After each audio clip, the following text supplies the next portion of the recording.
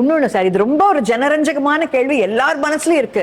உங்க உபன்யாசங்கள் கேட்டவா எல்லாருக்குமே தெரியும். நீங்க வந்து உதாரணங்களுக்கு பல சினிமா பாடல்கள் அடிப்படையில் சொல்கிறீர்கள்னு. அப்படி சொல்றது வந்து எதனால நீங்க அதை அடிப்படையா எடுக்கிறீங்க? ஏன்னா நீங்க சொல்ற பாயிண்ட்டுக்கும் அதுக்கும் ரொம்ப ஒத்துமை இருக்கு. ஏன்னா ஜனங்களுக்கு அது ஈஸியா சென்று சேரும் அப்படின்றதுனால சொல்றீங்களா, எதனால சொல்றீங்க? இந்த கேள்வியை அடியன் எங்க ஸ்ரீபாஷ்யாதி ஆச்சாரியன் கருணாகராச்சார் சுவாமிகிட்ட கேட்டேன். ஆக்சுவலா இந்த ட்ரெண்டை ஸ்டார்ட் பண்ணவர் அவர் தான். நடுவுல சினிமா பாட்டு அந்த மாதிரி சொல்றது அவரோட ஒரு உபன்யாசம் ரொம்ப ஃபேமஸ். அதில் அவர் சுவாமி என்ன சாதிச்சார்னா, ஹனுமானுக்கு 5 முகம் பஞ்சமுக ஆஞ்சநேயருங்கிறோம், பிரம்மாவுக்கு வந்து 4 முகம், ரஜினிக்கு 3 முகம். 3 முகம்னு இப்ப படம் உபன்யாசம். அடியன் வந்து ஏன் சொல்றேங்கிறது அப்புறம் சொல்றேன். பட் இந்த கேள்வி அடியன் சுவாமிகிட்ட கேட்டேன். நடுவில் சினிமா பாட்டு இதெல்லாம் வரதே சுவாமி தேவர் உபன்யாசத்துல. இதை சொன்ன ஒரு சிலர் அடியனே என்ன சொல்றாங்க, உபன்யாசத்தோட புனிதம் கெட்டு போச்சு, நீ என்னடா இது திடீர்னு நடுவில் பாட்டை சொல்லிட்ட அப்படிங்கிறா. இது எப்படி சுவாமின்னு கேட்டேன். இப்போ சுவாமி சாதிச்சார், ஏன்னா பெருமாள் எப்போதும் தூய்மையானவர், நீ என்ன காலக்ஷேபம் இல்லையா, அமலன் விமலன் நிமலன் நின்மலன்னு பெருமாளை சொல்லியிருக்கா. அவர் எப்போதும் தூய்மையானவர், அவர்கிட்ட தோஷம் ஒட்டாது. மாறாக பெருமாளோட சேர்த்து சினிமா பாட்டை சொன்னதுனால அந்த பாட்டு பியூரா எடுத்தீங்க. இதுல ஒரு சின்ன இது நான் ஆட் பண்ணிக்கிறேன். நீங்க நிறைய கோட் பண்றது கண்ணதாசனுடைய வரிகள் நிறைய வருது. கண்ணதாசன் என்ன சொல்றார், கம்ப ராமாயணத்திலிருந்தும் மற்ற புராணங்களிலிருந்தும் எடுத்த வரிகள் அடிப்படை தான் இது அப்படின்னு சொல்லிருக்காரு. சோ அந்த மாதிரி பாக்கறச்சே அது புனிதத்துவமா தான் இருக்குன்னு எனக்கு தோன்றது. அதான் என்னன்னு சொல்ல வரேன். இப்போ சுவாமி கருணாகராச்சார் சுவாமியே வந்து ஈவன் கிரிக்கெட்ல கோலி தோனி எல்லா பேரையும் சொல்லுவார். சொல்லிட்டு அப்படின்னு கேட்டப்போ சுவாமி அதான் சாதிச்சார், பர்றா பெருமாளோட சேர்த்து சொன்னதுனால விராட் கோலியும் மகேந்திர சிங் தோனியும் தூய்மை ஆயிட்டான், அவ்வளவுதான், இவாளாலலாம் பெருமாளுக்கு எந்த அழுக்கும் வராது அப்படின்னு சொல்லி சுவாமி சாதிச்சார். மேற்கொண்டு அடியன் சிந்திச்சு இது என்ன புரிஞ்சுன்னு, நான் ஏன் இதை சொல்றேன்னு கேட்டேன் இல்லையா, அதுக்கான ஆன்சர் சொல்றேன். இப்போ ஏற்கனவே அடியன் சொன்ன மாதிரி நமக்கு வந்து லிட்ரரி பேக்ரவுண்ட் எல்லாம் கிடையாது. நீங்க வந்து நான் ஸ்கூல்ல படிக்கிற காலத்துல எனக்கு ஒரு ஆழ்வார் பாட்டை கொடுத்து இதுக்கு நீ அர்த்தம் சொல்லுன்னு சொன்னா அந்த தமிழ் அடியனால ரிலேட் பண்ணிக்க முடியாது. புறநானூருக்கு அர்த்தம் சொல்லுன்னா சொல்ல முடியாது. இன்னைக்கு ஆச்சாரியன் அனுகிரகத்தால சொல்லி வியாக்கியானமே பண்ணக்கூடிய அளவுக்கு வளர்ந்துருக்கோம்னா அது இன்னைக்கு, அன்னைக்கு அது கிடையாது. அப்போ அன்னைக்கு நாம இருக்கிற ஸ்டேஜ்ல எனக்கு இருக்கிற ஒரே லிட்ரேச்சர் எதுனா நல்ல சினிமா பாட்டு. நம்ம ஸ்கூல் படிக்கிற காலத்துல இருந்தே சொல்றேன், ஒரு லிட்ரேச்சர்னு நாம் தெரிஞ்சுக்கணும்னு சொன்னா எனக்கு புரியுற மாதிரி இருக்கணும். அதுல கவியரசு கண்ணதாசனுக்கு சிறப்பு என்னன்னா, அவர் இலக்கியங்களை எளிமைப்படுத்தினார். இலக்கியத்தரமான பாட்டா இருக்கும், எளிமையா இருக்கும், புரியுற மாதிரி இருக்கும். இன்னொரு ஒரு சுவையான விஷயம் சொல்லணும்னா, ஒரு இலக்கியத்துக்கு என்ன எதுகை மோனை இயைபு இருக்கணுமோ திரைப்பட பாட்டுல அதை கொண்டு வந்தார். அடியன் என்னைக்குமே இந்த விரசமான பாடல்கள்லாம் உபன்யாசத்துல கோட் பண்ணி வழக்கமே எல்லாமே தரமான பாட்டா தான் இருக்கும். இப்போ ஒரு சின்ன பாட்டு, ஒரு உதாரணம் சொல்றேன். இப்போ ஒரு கவிதைன்னு எழுதுறோம்னா, இப்போ ஒரு அடியை வந்து 2 வரியா நம்ம மடக்கி எழுதுவோம் கவிதையில. அதுல என்ன சொல்லுவான்னா, முதல் வரி இருக்கு இல்லையா, முதல் வரிக்கும் 3வது வரிக்கும் எதுகை இருக்கு, அடுத்தது முதல் வரி 2வது வரிக்குள்ள மோனை, 3வது வரி 4வது வரைக்கும் மோனை இருக்கணும். முடியும் போது ஒரு ரைம் இயைபுங்கிறது இருக்கணும். ஒரு சினிமா பாட்டு சொல்றேன், நெஞ்சம் உண்டு நேர்மை உண்டு ஓடு ராஜா, நேரம் வரும் காத்திருந்து பாரு ராஜா, நெஞ்சம் நேரம் மோனை வந்துடுச்சு. இப்ப நெஞ்சம்க்கு எதுகை எடுத்து வரணும், அஞ்சி அஞ்சி வாழ்ந்தது போதும் ராஜா, ஆக்கு மோனை வரணும், நீ ஆற்று வெள்ளம் போல் எழுந்து ஓடு ராஜா. அப்போ ஒரு சினிமா பாட்டுன்னு நாம நினைக்கிறோம், நான் அதை சினிமா பாட்டா பார்க்கல, இதுவா பார்க்கல, அதுல லிட்ரேச்சர் எப்படி வருது. இப்ப இதுல இருந்து கத்துக்க ஆரம்பிக்கும் போது அடியனுக்கு நேச்சுரலா போயட்ரியில ஒரு ஆர்வம் உண்டு, லிட்ரேச்சர்ல ஆர்வம் உண்டு. ஸோ அப்ப நாம ஒரு கவிதை எழுதுறோம்னா அது இந்த ஃபார்மேட்ல இருக்கணும், 4 அடிகள் எழுதுறோம்னா அது இந்த மாதிரி அமையணுங்கிறது வந்து இதை பார்க்கும்போது நமக்கு புரியுது. அது போல ஒரு சரணத்திலையும் இப்போ இன்னைக்கெல்லாம் வர பாட்டுல பார்த்தா இது பல்லவி எங்க, அனுபல்லவி எங்க, சரணம் எங்கன்னு எல்லாம் தேட வேண்டியிருக்கு, ஒரே சத்தம் மட்டும் தான் கேட்கறது. அண்ட் அவன் ஒரு ஸ்ட்ரக்சர்ட் ஃபார்மேட்ல அந்த பாட்டை அமைக்கிறது இல்லை. பட் இந்த மாதிரி ஸ்டாண்டர்ட் பாடல்கள் பார்க்கும்போது அவன் ஸ்ட்ரக்சர்டா அமைக்கிறான். அப்போ ஒரு நியூ கம்மரா நான் வந்து தமிழ் இலக்கியத்தை தெரிஞ்சுக்கணுங்கும் போது ஃபர்ஸ்ட் எனக்கு இதுதான் ஆரம்பம். அதுக்கு அடுத்தது பார்த்தா அந்த தமிழ்லேயே வந்து சின்ன சின்ன பாட்டெல்லாம் வரும், புதுக்கவிஞர்கள் எழுதிய பாடல்கள்னு சொல்லிட்டு வரும். இப்போ உதாரணமாக சுரதா எழுதிய பாட்டு, வெறுங்கை என்பது மூடத்தனம், விரல்கள் பத்தும் மூலதனம், இது போல. அதுக்கப்புறம் வந்து இந்த இன்னொரு பாட்டு கவிமணி அவர்களோடது, தூய காற்றும் நன்னீரும் சுண்ட பசித்த பின் உணவும் நோயை ஓட்டி விடுமப்பா 100 வயதும் தருமப்பான்னு. அதுபோல வந்து நாமக்கல் கவிஞர் தமிழை பத்தி, கலை என்ற கடலுக்கு கரை கண்ட புனையாம், நிலை கொண்ட அறிவுக்கு நிகரற்ற துணையாம், அலைப்பட்ட மனதுக்கு அமைதிக்கு வழியாம், மலையுச்சி ஒளி என்ன மறைவற்ற மொழியாம்னு சொல்லி இந்த மாதிரி பாட்டு. ஸோ இதெல்லாம் நாம பார்க்கும்போது ஓகே நமக்கு கண்டெம்பரரி லிட்ரேச்சர்னு சொல்லி ரிலேட் பண்ண முடியாது. இதுல தமிழ் கத்துண்டு நெக்ஸ்ட் நான் காலேஜ் லெவல் போகும்போது கம்பராமாயணம் வாங்கி படிக்கிறேன். அப்போ அஃப்கோர்ஸ் நமக்கு அப்போ பாட்டுக்கு அர்த்தம் சொல்ற அளவுக்கு பக்குவம் இல்லை. அதுக்கான விளக்க உரையோட சேர்த்து படிக்கிறோம். படிக்கும்போது என்ன ஆகுதுன்னா இதோட அதை நம்மளால கோரிலேட் பண்ண முடியாது. கம்பர் பாடுறார், இவ்வண்ணம் நிகழ்ந்த வண்ணம் இனி இந்த உலகுக்கெல்லாம் உய்வண்ணம் அன்றி மற்றோர் துயர் வண்ணம் உருவதுண்டோ, மைவண்ண தரக்கி போரில் மழை வண்ண தன்னலை உன் கைவண்ணம் அங்கு கண்டேன் கால் வண்ணம் இங்கே கண்டேன். இங்க பார்த்தா கண்ண பால் வண்ணம் பருவம் கண்டு வேல் வண்ணம் விழிகள் கண்டு மான் வண்ணம் நான் கண்டு வாடுகிறேன், கண் வண்ணம் அங்கே கண்டேன் கை வண்ணம் இங்கே கண்டேன், பெண் வண்ணம் நோய் கொண்டு வாடுகிறேன் இங்க பாக்குறோம். அங்க கம்பர் சொல்றார், தோள் கண்டார் தோளே கண்டார், தொடுகழல் கமலம் மன்ன தாழ் கண்டார் தாளே கண்டார். இங்க பார்த்தா தோள் கண்டேன் தோளே கண்டேன் தோழி நீர் கிழிகள் கண்டேன் வாழ் கண்டேன் வாழே கண்டேன் வட்டமிடும் விழிகள் கண்டேன்னு. திருப்பாவேல ஆண்டாள் நாச்சியார் ஒருத்தி மகனாய் பிறந்து ஓரிரவில் ஒருத்தி மகனாய் ஒழித்து வளர. இங்க கவிஞர் சொல்றார், ஒருத்தி மகனாய் பிறந்தவனாம் உருவில் அழகாய் வளர்ந்தவனாம் ஒருத்தி மனதில் நிறைந்தவனாம் உயிரில் உயிராய் கலந்தவனாம். சோ இதை நம்ம பார்க்கும்போது இது நல்லா நமக்கு கோரிலேட் ஆகுது. அப்போ இதே நான் ஒரு தமிழ் பாட்டு இலக்கியத்திலேருந்து நான் ஒண்ணு சொன்னேன்னா, ஆஹா கம்பருடைய பாட்டு சொல்றாருன்னு ஆடியன்ஸ் நினைப்பாடே ஒழிய டைரக்டா அதோட அர்த்தம் புரியாது. இதுக்கு நான் ஒரு எக்ஸ்பிளனேஷன் கொடுத்ததுக்கு அப்புறம் அந்த அர்த்தம் புரியும். ஆனால் அத்தோட சேர்த்து இதையும் சொல்லும் போது அந்த எமோஷன் நல்லா மனசுல பதியிருதுங்கிறத அடியன் புரிஞ்சுனேன். அதுக்காக எந்த ரசக்குறைவும் இல்லாத இலக்கிய தரம் உள்ள எங்க சுவாமி ஆச்சாரியனும் ஒரு உதாரணம் சொல்லுவார். அந்த காலத்துல விக்ரம ஊர்வசியம் இது போன்ற காவியங்கள்லாம் உண்டு. அந்த காவியத்திலேருந்து ஆச்சாரியர்களே மேற்கோள் காட்டுறோம். அது போல கண்டெம்பரரியில நமக்கு இப்படி இருக்கக்கூடிய நல்ல இலக்கிய தரம் உள்ள, அதுக்கு ஒருத்தர் மியூசிக் போட்டார் சினிமால வந்துருத்துங்கிறதுக்காகவே அதுல உள்ள இலக்கிய தரம் போயிடுதுன்னு அர்த்தம் இல்லை. அந்த இலக்கிய தரத்தை எடுத்து கோட் பண்ணலாம். ஒரு சின்ன உதாரணம் சொல்றேன். ஹனுமான் சீதைக்கு அந்த கணையாழி முத்திரை மோதிரம் கொடுக்குறாரு இல்லையா, இதை கம்பர் வர்ணிச்சிருக்கார், ஆழ்வார்களும் வர்ணிச்சிருக்கார். ரொம்ப வசதி. திக்கு நீரை புகழாளன் தீவேள்வி சென்ற நாள் மிக்க பெரும் சபை நடுவே வில்லிருத்தான் மோதிரம் கண்டு ஒக்குமால் அடையாளம் அனுமான் என்று உச்சிமேல் வைத்துக்கொண்டு உகந்த நாளால் மலர்குழலாள் சீதையுமேன் இருக்கு. அப்கோர்ஸ் அந்த அர்த்தம் புரிஞ்சு ரசிச்சோம்னா இந்த தெய்வீகம் வேற எந்த பாட்டுலயும் வராது, திரைப்பாட்டுல வராதுதான். ஆனால் ஒரு லேமனுக்கு நான் ஒரு பாட்டு சொல்றேன். பச்சை கிளியானால் பறந்தேனும் தேடுவேன் பாடி வரும் தென்றல் தேரேறி ஓடுவேன் சென்ற இடம் காணேன் சிந்தை வாடலானேன் சேதி சொல்லும் யாரும் தூது செல்ல காணேன் சென்ற இடம் யாவும் நிழல் போல தோணுதே அன்று சொன்ன வார்த்தை அலை போல மோதுதே கடையாழி இங்கே மணவாளன் அங்கே காணாமல் நானும் உயிர் வாழ்வதெங்கே கண்கள் இரண்டும் என்று உண்மை கண்டு பேசுவோம். சீதையோட எமோஷன் கன்வே. அவ்வளவுதான் விஷயம். பியூட்டிஃபுல். ரொம்ப நல்லா இருக்கு. நீங்க ஸ்கூலுக்கு காலேஜுக்கெல்லாம் போறச்சே சக மாணவர்களுடைய கேலிகள், அதாவது சில பல மத அடையாளங்கள் கேலிக்கு உட்படுத்தப்படும், எல்லா இடத்துலயும் அது உண்டு. அந்த மாதிரி சிலது சந்திச்சிருக்கீர்களா? மேடம், இதை நான் 2 பார்ட்டா பிரிஞ்சுக்கிறேன். ஒன்று ஸ்கூல், இன்னொன்று காலேஜ். ஸ்கூல்ல கிண்டல் பண்றவங்க எல்லாம் சும்மா ஜாலிக்காக கிண்டல் பண்றவன் தான். யாருமே ஸ்கூல்ல படிக்கும் போதே அப்படியே ஒரு கொள்கை சித்தாந்தம் எல்லாம் யாருக்கும் கிடையாது. அவன் உங்களை கிண்டல் பண்றது ஜாலிக்கு. உங்க மத அடையாளத்தை வச்சு கிண்டல் பண்ணலைன்னா இன்னொன்னு வச்சு கிண்டல் பண்ணுவான்.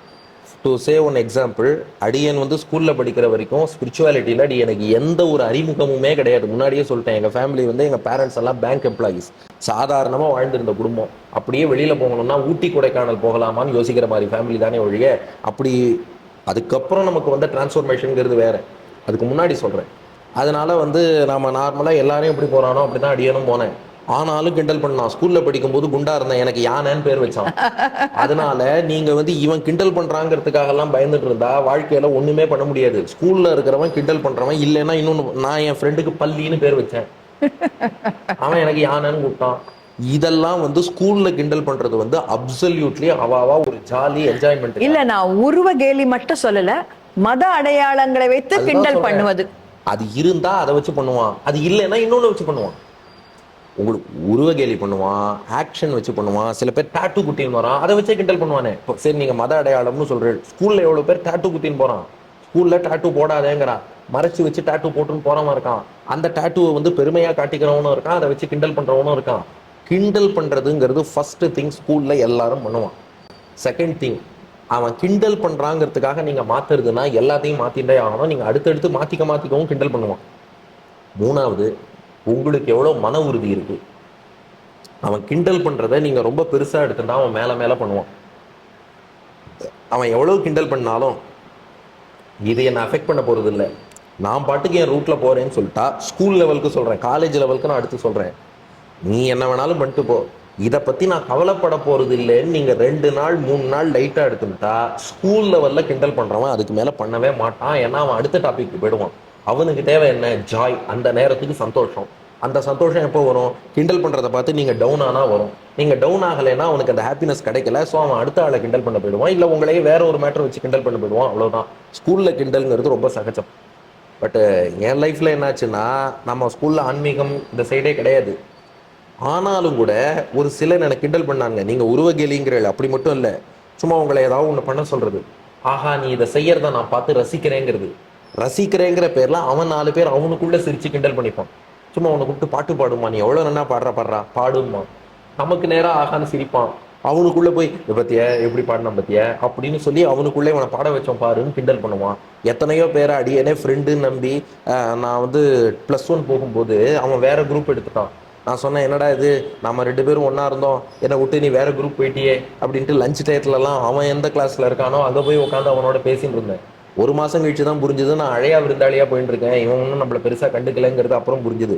ஸோ இதெல்லாம் ஸ்கூல்ல உள்ளதெல்லாம் பெருசா நீங்க எடுத்துக்க வேண்டாம். அண்ட் குட் ஃப்ரெண்ட்ஸ் எல்லா இடத்துலையும் இருப்பா, அவன் எல்லா இடத்துலையும் நம்மளை சப்போர்ட் பண்ணுவான். இப்போ காலேஜுக்கு வரேன். காலேஜில் இருக்கிறவனுக்கு ஓரளவு விவரம் தெரியும். அவனுக்குன்னு ஒரு சித்தாந்தம் வச்சிருப்பான், ஒரு கொள்கைன்னு வச்சிருப்பான். அதன் அடிப்படையில் நீங்கள் வந்து மத அடையாளங்களோடு வரும்போது உங்களை கிண்டல் பண்ணுவோம். அண்ட் இன்னைக்கு பெரும்பாலும் என்ன சொல்கிறா, இல்லை நாங்கள் எங்கள் பியர் குரூப் எல்லாம் வந்து நான் நெத்திக்கிட்டு போனால் கிண்டல் பண்ணுறா, அதனால இட்டுக்க மாட்டேன். நான் அவள்கிட்ட ஒரு கேள்வி கேட்குறேன், ஒரு நல்ல ஃப்ரெண்டுங்கிறவன் இப்படி பிளாக்மெயில் பண்ணுவானா? நீ இதை விட்டுட்டு வந்தாதான் என் குரூப்பில் உன்னை சேர்த்துப்பேன்னு சொல்கிறான்னா அவனை முதல்ல நல்ல ஃப்ரெண்டுன்னு நீங்கள் நம்ப முடியுமான்னு சொல்லுங்க. இப்போ நீங்க ரத்னமாலான்னு சேனல் வச்சிருக்கேன், நல்லா இருக்கு. ஒரு பேச்சுக்கு சொல்றேன், யாரோ ஒருத்தன் உங்க சேனல்ல நான் ஹேக் பண்ணுவேன், 2 லட்சம் ரூபாய் பணம் கொடுன்னு சொன்னா கொடுத்துருவேல? கொடுக்க மாட்டேன். ஏன்? எனக்கு என் மேல கான்ஃபிடன்ஸ் இருக்கு, நான் கொடுக்க மாட்டேன். சரி, கொடுத்தா என்ன ஆகும்? திருப்பி மேல மேல கேட்பான். அவ்வளவுதான் விஷயம். நீங்க அவனுக்காக நெத்திக்கிட்டு இருக்கிற ஒரு விஷயத்த மாத்தினா இது வந்து பிளாக்மெயில். அவன் திரும்ப திரும்ப திரும்ப திரும்ப உங்களோட அல்டிமேட் அடையாளம் மொத்தத்தையும் அழிப்பேம்பான். கரெக்டா? அப்ப நீங்க 2 லட்சம் அவன் கேட்கும்போது முளையிலேயே கிள்ளி எறியணும்னு சொல்றேன் இல்லையா? அது போல தான் உங்க பர்சனல் விஷயத்துல கூட இருக்க ஃப்ரெண்டா இருந்தா என்ன, உங்க பர்சனல் விஷயத்துல தடையிடுறதுக்கு அவனுக்கு உரிமையே கிடையாது. இதை முதல்ல நாம ஃபர்ஸ்ட் மனசுல புரிஞ்சுக்கணும். 1. செகண்ட் திங், ஒரு நல்ல ஃப்ரெண்டா இருக்கிறவன் இதை பத்தி பெருசா எடுத்துக்க மாட்டான். 3rd திங், காலேஜ் லெவல்ல நம்ம என்ன பண்ணணும்னா, நமக்கும் ஓரளவு மெச்சூரிட்டி வந்திருக்கும். நம்மளை பத்தி கூட இருக்கிற வாழ்க்கை எவ்வளோக்கு எவ்வளோ மினிமமா சொல்றோமோ அவ்வளோக்கு எவ்வளோ நமக்கு நல்லது. காலேஜில் இருக்கிறவன்ட்டு அப்படியே போய் என் குடும்பம் என்னதுதான், என்னோட ஃபுல் ஹிஸ்ட்ரியும் சொல்கிறேன், இந்தா வச்சுக்கோன்னு சொல்லிட்டு நாம போய் கொடுத்தோம்னா உங்களோட ஸ்ட்ரென்த் எது, வீக்னஸ் எது எல்லாம் அவனுக்கு தெரியும். இதை வச்சு இவனை கிண்டல் பண்ணா இவன் மாட்டுவான், இதெல்லாம் தெரியும். அப்படி நம்ம சொல்லணும்னே தேவையில்லை. எதுக்குப்பா நெத்தியில என்ன பண்றது, எங்க அப்பா அந்த காலத்து மனுஷன், சரி சொல்றாரு ரிட்டன் போறேன்னு சொல்லிடலாம். இப்ப அவனுக்கு வந்து இப்ப நீங்க அவனை திருத்தி வந்து பெரிய சனாதன தர்மியா யாரும் ஆக்க போறது இல்லை. அவன் ஏதோ காலேஜ்ல 2 வருஷம் அவங்க கூட இருக்க போறான், திரும்ப போறான். ஏன்டா இட்டுன்னு வந்திருக்கேன்னா, எங்க அப்பா சொல்லியிருக்காருப்பா இட்டுக்கோன்னு சொன்னாரு, அவ்வளவுதான். ஸ்ரீபாஷ்யாதி ஆச்சாரியன் கருணாகராச்சார் சுவாமி 1963 மதுரையில இன்ஜினியரிங் காலேஜுக்குள்ள போறார். அப்போ இன்ஜினியரிங் காலேஜ் தமிழ்நாட்டிலேயே 4 காலேஜ், அங்க இல்லாத ரேகிங்கா? அவனுக்கு அவன் பாஷையில பதில் சொன்னா போதும். நம்ம ப்ராப்ளம் என்னன்னா, நம்ம இருக்கிறது எல்லாத்தையும் இதுதான் உண்மை, நான் உண்மை விளம்பின்னு சொல்லி அவங்கிட்ட போய் பொய்மையும் வாய்மை இடத்தை குறைந்திருந்த நன்மை பயக்குமேனே அவங்கிட்ட எல்லாத்தையும் எக்ஸ்பிளைன் பண்ணணும் தேவையில்லை. இப்போ சமீபத்துல சுவாமி திருமாளிகைக்கு அடியனும் மனைவியும் போயிருந்தோம். அப்போ கோலம் போட்டிருக்கார் பெருமாள் சன்னதியில, அதை தாண்டி வரக்கூடாதுங்கிறதுக்கு. என் மனைவி அதுகிட்ட வந்தா, அப்போ இதை தாண்டி வராதேன்னு சொன்னா உடனே இந்த காலத்துக்காரன் என்ன சொல்லுவான், அது எப்படி என்னை தாண்டி வரக்கூடாதுன்னு சொல்லிட்டா? சுவாமி அழகா சொன்னார், கிரீஸை தாண்டிட்டா ஸ்டம்பிங் பண்ணிடுவான், ஜாக்கிரதை. அவன் லாங்குவேஜில் சொன்னா முடிஞ்சு போச்சு. அப்போ இதெல்லாம் வந்து நாம ரொம்ப சீரியஸா எடுத்துட்டு, ஐயோ இவன் என்ன சொல்லுவானோ, ஐயோ அவன் என்ன சொல்லுவானோ, ஜஸ்ட் லைட்டா எடுத்துக்கோங்க. இதுதான் அடியன் சொல்றது. யார் என்ன கிண்டல் பண்ணாலும் இப்ப யோசிச்சு பாருங்க, நம்ம இதை சொல்றோமே, பிரகலாதன் சண்டன் மர்க்கன் குருகுலத்துல படிச்சான். பிரகலாதனுக்கு கூட படிச்சவாள்லாம் யாரு? ராட்சச குழந்தைகள், அசுர பிள்ளைகளோட ஒரு பிரகலாதன் சுத்தி அசுர பிள்ளைகள். அங்க படிச்சு இவாளெல்லாம் பக்தர்களா மாத்திட்டான் பிரகலாதன். அப்போ நமக்கு உண்மையான அந்த ஆன்மீக சக்திங்கிறத நாம டெவலப் பண்ணிட்டோம்னா அவனை நாம மாத்திடலாம். நமக்கு ப்ராப்ளம் என்னன்னா, நம்ம குழந்தைக்கு நெத்திக்கு ஏன் இட்டுக்கிறேன்னு சொல்லி தரோமா? சொல்றது இல்ல. இது ஒவ்வொரு அனுஷ்டானம் நீ பண்ற, சந்தியாவந்தனம் பண்றேன்னா ஏன் பண்றேன்னு சொல்லி தரோமா? அதையும் சொல்லி தரது இல்ல. எதையுமே சொல்லி தராம நீ சந்தியாவந்தனம் பண்ணி நெத்திக்கிட்டுக்கோன்னு அவனை கொண்டு போய் அங்க அனுப்பினா, இது எதுக்குடா இட்டுக்க சொன்னான்னு அவனே ஆசிலேட்டிங் மைண்ட்ல உள்ள போறான். அங்க அவன் இன்னொன்னு ஃபீட் பண்ணும்போது அதை நம்பிடுறான். இவனை நீங்க ஸ்ட்ராங்கா பிரகலாதன் மாதிரி அங்க அனுப்பினா இவன் எல்லாரையும் பிரகலாதனா மாத்திடுவான். அப்ப அங்கதான் விஷயம் இருக்கு. அதுக்கும் மேல ஒரு விஷயம் சொல்றேன். இப்போ இந்த கிண்டல் பண்ற வாங்குறவா எல்லா இதுலயும் இருப்பா. என்ன காலேஜ்ல நிறைய கிண்டல் பண்ணாங்க. ஈவன் டு தி எக்ஸ்டென்ட் இன்னைக்கு வரைக்கும் கூட சில பேருக்கு மைண்ட் மாறலைன்னு இப்பதான் புரிஞ்சுட்டேன். என்ன பண்ணுவான்னா, எங்க அம்மா வந்து ஃபர்ஸ்ட் ஒரு 6 மாசம் லீவ்ல இருந்தாங்க. காலேஜ் சேர்ந்தப்போ டிரான்ஸ்ஃபருக்கு ட்ரை பண்ணி டிரான்ஸ்ஃபர் வரல. அதுக்காக வந்து ஒரு லீவ் போட்டு மெடிக்கல் லீவ்ல இருந்தாங்க. ஸோ மத்தியானம் எங்க அம்மாவுக்கு என்ன ஒரு ஆசைன்னா, லஞ்ச் வந்து சூடா கொண்டு வந்து எனக்கு கொடுக்கணும்னு ஆசை. அதனால எங்க அம்மா என்ன பண்ணுவாங்கன்னா, மத்தியானம் லஞ்சு எங்க அம்மாவே கொண்டு வந்து காலேஜில் வந்து ஒரு சின்ன கார்டன் இருக்கும் வாசல்ல, அங்கே உட்கார்றதுக்கெல்லாம் இடம் இருக்கும், அங்கே கொண்டு வந்து கொடுத்து சாப்பிடும்பா. நான் என்ன சொல்லுவேன், அம்மா நான் சாப்பிட்டுக்கிறேன், நான் கொண்டு வந்துடுறேன், கிளம்புங்கன்னு சொல்லுவேன். ஆனால் எங்கள் அம்மாவோட தியரி என்னன்னா, இப்போ இந்த பாத்திரத்தெல்லாம் நான் வச்சுட்டு காலேஜில் எப்படின்னா ஒவ்வொரு கிளாஸுக்கும் அந்தந்த ரூமுக்கு மாறிண்டே இருக்கணும், ஒவ்வொரு செஷனுக்கும். ஆமா. இப்போ இந்த லஞ்ச் பேக்கை தூக்கிட்டே போனா நம்மள ஆடா பாப்பா டே ஸ்காலர்னு. ஹாஸ்டல் ஸ்டூடெண்ட்ஸ் யாரும் கையில் லஞ்ச் பேக்கோட நான் மட்டும் தனியா இதோட எடுத்துட்டு போயிட்டு இருக்கோம். அது உனக்கு ஆடா இருக்கும், வேண்டாம், நான் உட்காந்துக்கிறேன், ஏன்னா 10 நிமிஷம் ஆக போறது, நீ சாப்பிட்டுட்டு கொடுத்துரும், நான் எடுத்துன்னு போயிடுறேன், ஆத்துல போய் அலம்பி வைக்கவும் ஈஸியா இருக்கும், அதனால சாப்பிட்டுட்டு கொடுத்துருமா. சரின்ட்டு அந்த கார்டன்ல உட்காந்து, லாஜிக் தானே? கண்டிப்பா கரெக்டான விஷயம். இவ்வளவு தூரம் வந்துட்டேன், 10 நிமிஷம் உட்காந்து நீ சாப்பிட்ட அப்புறம் போறேனே, அவளுக்கும் பையன் சாப்பிட்றத பார்த்துட்டா திருப்தியா இருக்கும். அப்புறம் கொடுத்துட்டு சாப்பிட்டானோ இல்லையோ அந்த யோசனை. சரி, அஃப்கோர்ஸ் நாமளும் அந்த பாசத்துக்கு ரெஸ்பெக்ட் கொடுக்கணும் இல்லையா? சரின்ட்டு எங்கள் அம்மா உட்காந்துருப்பா, நான் சாப்பிட்ருவேன். சாப்பிட்டுட்டு எங்கள் அம்மா எடுத்துன்னு போயிடுவான். இதை பார்த்துட்டு என் கூட படித்த சில கொலீக்ஸ் பாய்ஸ் அண்ட் கேர்ள்ஸே என்ன பண்ணிட்டா, இவருக்கு இவங்க அம்மா சாப்பாடு கொண்டு வந்து ஊட்டி விடுறாங்க. அம்மா கொண்டு வராங்க, சாப்பிட்ற வரைக்கும் உட்காந்துருக்காங்க, எடுத்துன்னு போயிடுறாங்க. ஸோ அம்மா சாப்பாடு ஊட்டி விடுறா இப்படின்னு ஒரு இது கிளப்பி விட்டா. இது எல்லா இடத்துலையும் ஊட்டி விடுறாங்க. காலேஜில் படித்த வரைக்கும் சொல்லியிருந்தேன், ஆனால் கண்டுக்கவே இல்லை. இதை வச்சு எனக்கு பேரெல்லாம் வச்சா, எதையுமே கண்டுக்கலை. ஏன்னா நீங்கள் கண்டுக்க அதை இன்னும் ஜாஸ்தியாகும்.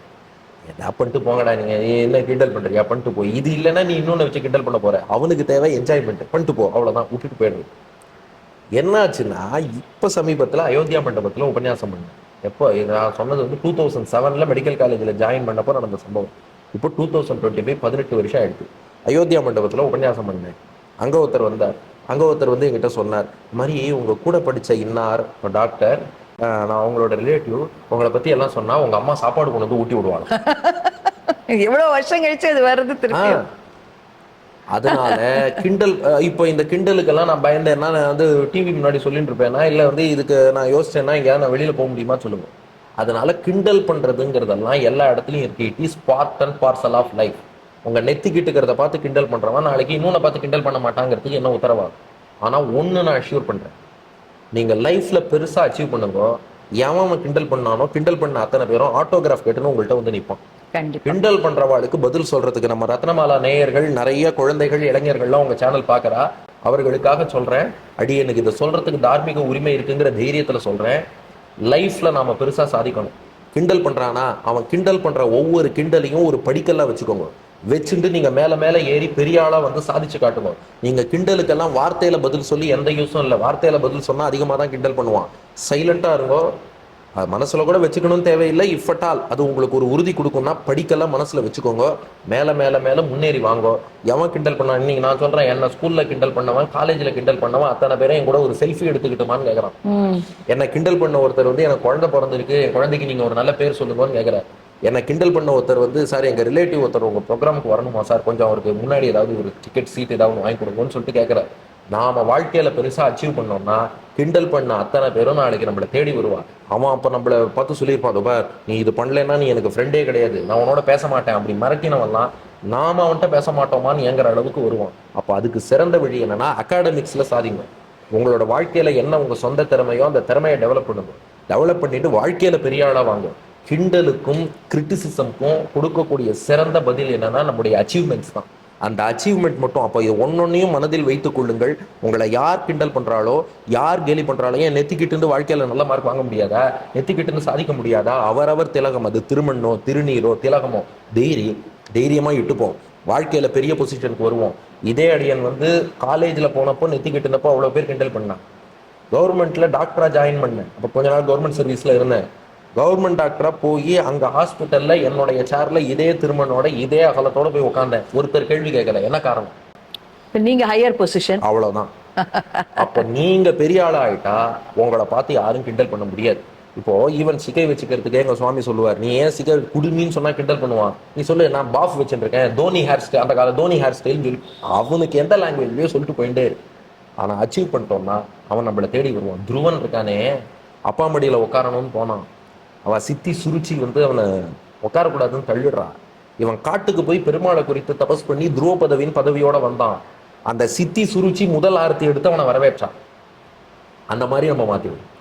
இந்த மெசேஜ் ரொம்ப ரொம்ப தேங்க்ஸ் சார், ஸ்பெஷல் தேங்க்ஸ் இந்த மெசேஜ்க்கு சுவாமி. ஏன்னா பார்க்குற அத்தனை பேருக்கும் நம்மளுடைய ஒரு நெத்தி கிட்டுக்கிறதோ அந்த ஒரு அடையாளங்களோ ஒரு அவமானம் அல்ல, உண்மையான சின்னங்கள் அப்படின்றது மனசுல பதிஞ்சு பசங்கள்லாம் குழந்தைகள்லாம் இதை ஏத்துக்கணும் அப்படின்றது என்னுடைய ஒரு விஞ்ஞாபனம். அடுத்தது, இப்போ இந்த மாதிரி துறைக்கு வரணும் அப்படின்ட்டு ஒரு ஆன்மீக இதுக்கு உங்களுக்கு ஏதான ப்ரிமானிஷன்ஸ், அதாவது ஒரு டிவைன் இன்டர்வென்ஷன், எதனால உங்கள் மனம் இந்த இதுக்கு ஈர்க்கப்பட்டது?